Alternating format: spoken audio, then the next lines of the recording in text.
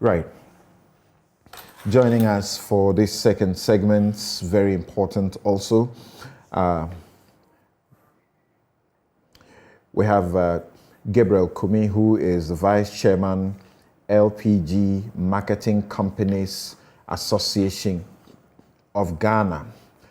Joining us via Zoom, Dr. Kwabena Nyakun Otoo, Chief Economist and Director, Labour Research and Policy Institute, Trades Union Congress, TUC, and Senyo Kosihosi, a CEO, Ghana Chamber of Bulk Oil Distributors. Gabi, thank you for joining us. Thank you for having me. Right. And this show is brought to you by the kindest sponsorship of Bank of Africa, strong as a group and close as a partner, MTN everywhere you go. Ashesi University, educating ethical and entrepreneur leaders for Africa, Robert & Sons Optical Services, your comprehensive eye care service provider for 31 years. Waylead Properties, home is where one starts. CBG, we stand with you. Edlom Housing, where spacious homes cost less. Duraplus, where Duraplus goes, water flows. Rehoboth Properties, quality housing for all. So I don't even know how to start this discussion, but it must be really difficult. Let me start with Dr. Kwabena Nyakun Otoo, Chief Economist and Director, Labour Research and Policy Institute, Trades Union Congress. Doc, thank you for joining us. Thank you for having me. Good. Now, as far as labor is concerned, where you sit at the TUC, irrespective of the hikes in almost everything and the inflation situation, the economy is stressed. So should anybody be asking for more because what they take home is devalued as a result of the situation? Thank you, and good morning to your listeners. So you are right. It's a difficult situation. The economy is stressed, we agree.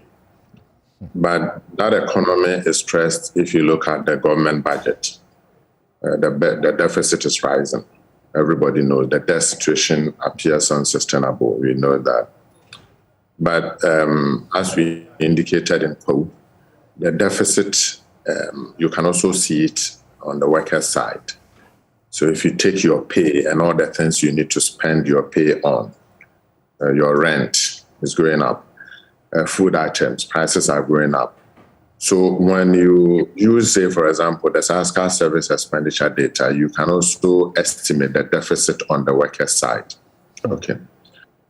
So as I've indicated earlier on one of your programs, Joy FM program, that we are now confronted with two deficits: macro deficit, as you see in the budget, but also micro level deficit, as you see in the pockets of workers.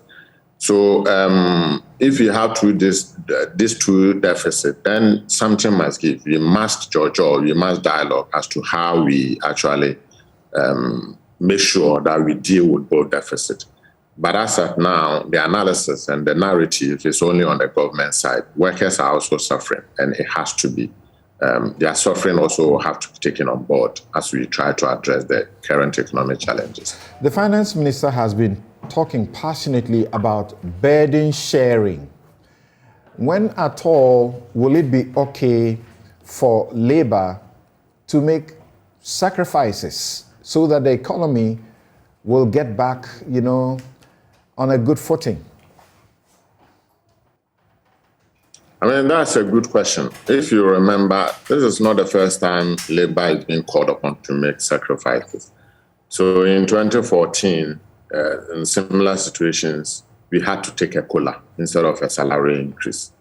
And the understanding was that, okay, you do this sacrifice, you give us, the manager of the economy, the opportunity to be able to put things on a sound footing, and then we will all enjoy. Here we are after 8 years of that sacrifice. and then Labour is being asked to make another sacrifice again. So this is also the time for us to be able to look hard at the economy, the way it's managed, and to say that even if you are not able to meet all the demands we put on the table, it means that some sacrifices on our part will be in order. But what will be in for us 2-3 years down the line? Will we be asked to do another sacrifice? So this is the time we need to be more deeply involved in the way the economy is managed and in the way resources and the public purse is shared across board. It doesn't even matter that we are signaled to brace up for the worst, as the cedi, like I say, is getting so flogged by the dollar and other currencies. Yeah. So, I mean, when you look hard at the wage situation, for example, you look hard at the numbers on the single spine, you ask yourself, will a 10%, 15%, or 20% salary increase, will it allow us to be able to address all the runaway cost of living, the fuel price increases, and its cascading effect on food prices, on rent, on everything? Sometimes even the car people increases their charge using the dollar as the reason for increasing it. So it's a difficult situation. Is that not an exaggeration? You're kidding me that a car will index the dollar? Oh, Jesus Christ. This is a joke. Please tell me it's a joke. Okay, I'll tell you the story, the full story after this program, if you want to hear. So you look hard at the numbers. We are already sacrificing. So it really doesn't matter anybody asking us to sacrifice. Workers are already sacrificing. Nobody talks about the deficit on the part of workers. All the big discussions are around the government deficit and all that. Yeah. So we are already in the sacrifice. We are sacrificing already. Okay. The Speaker of Parliament has indicated that if we are not careful, government may not be able to pay salaries in the next 3 months or so. Is it not better to get ready to buy the bullets, to burden share, and to get something small at the end of the month rather than at a point where government cannot pay salaries?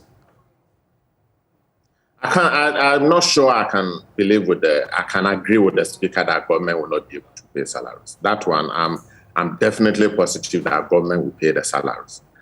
But on the other side, for us to be able to get out of the woods, you need a level of motivation for workers.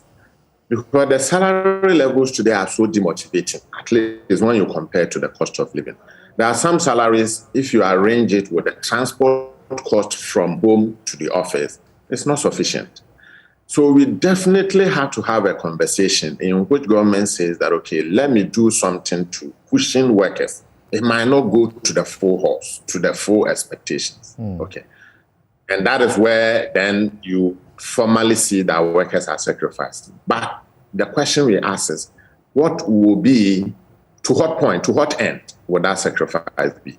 In 2-3 years, are we going to see much more better salaries commensurate with the cost of living, or we will be back to square one? That's interesting because we have been here before, where the cedi, was being labeled as the worst performing currency on the continent. We are back at that place. It is being labeled the same way, even though some people disagree. I have not seen the figures by which, the evidence by which they make that disagreement.